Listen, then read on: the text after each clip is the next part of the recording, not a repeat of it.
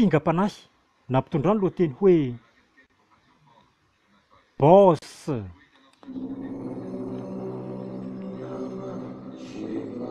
Boss, boss, boss, boss. Ireo malaza hatrany Las Vegas manome haja tanteraka ny rehetra ry boss, satria ianareo koa ilay tena tsy moshmosh.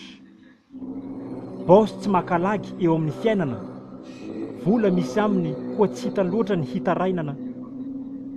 Ireo boss dia manam-bola, nefa misy boss mpanamolamola. Very maina ireo mpanenjika ny boss, satria izy tokoa ilay tompony saosy. Io tsy mifidy na olona kolosy, mba tsy ilazana azy hoe tsy dia bogos.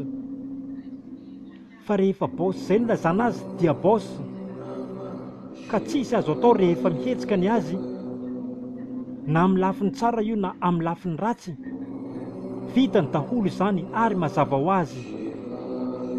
Mitandrema isika aza mifamaly aminy, fa ireo boss ratsy saina mahavita mandetika hatrany, satria misy karazany loatra izy ireo sy amin'ilay mila faizina. Ny antony ankamaroan'izany no mpanao afera maizina. Ao kanefa tsy ho jamba. Ny nahatonga ny sasany ho boss dia resaka aferana lamba. Toa tsy mampino tokoa anefa izany ho ianareo angamba. Saiko anefa no milaza fa ny masoko mihitsy no nahita sy ny vandravandra. Hajaina sy omem-boninahitra ianareo ry boss ho ireo tsy mahalala. Nefa nafantatra koa aza io tsy maintsy hodiana adaladala, ka voatery tsy maintsy manompo ireo mpanao izany mba ho ankasitrany bossy sy hahazo ny tokony ho anjarany. Aoka ho fantatsika rehetra, voatakona daholo ny marina raha sendra bossy ka ratsy toetra. Bossy mietraketraka, bossy manam-bola, tia mandany vola, nefa izany dia voasolo isan'ora. Ry boss, toa mety daholo izany atao. Enina dia izany aza dinio ihany no nahatonga an'izao. Mba jerevo ny madinika, mampalahelo ery sy mampipitrapitra, noho ny tsy fahavitana manao ratsy, satria raha fiaramaizina no na boss, asa ahoana rehefa atsoatsy, fa tena tsy ho zakan'izy ireo raha sendra miklosy. Manjaka ianareo ry boss eto anivon'ny lalàna, mba tsy ilazako azy hoe eto amin'ny tany sy ny fanjakana.